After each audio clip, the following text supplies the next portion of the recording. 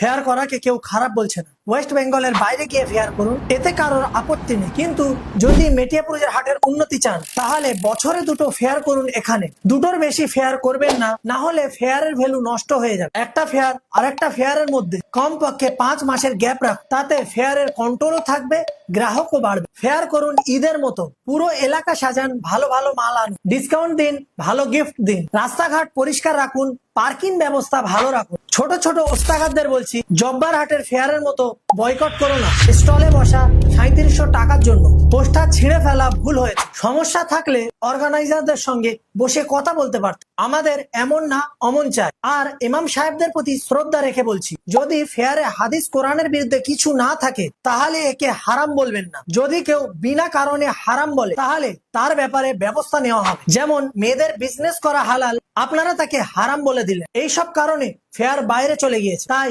সবাইকে বলছি, চিন্তা ভাবনা বড় করুন, তাহলে বড় হওয়া যাবে। আর যারা ফেয়ার অর্গানাইজ করছে তারা কিছু লাভ করতে চাইলে করুক, যেমন মিলন মেলা ফেয়ারে লাভ করে থাকে। যদি তাতে আমাদের মেটিয়াপুরুষ আর আমাদের হাটের ভালো হয় তবে সেটা সত্যি সফল ফেয়ার।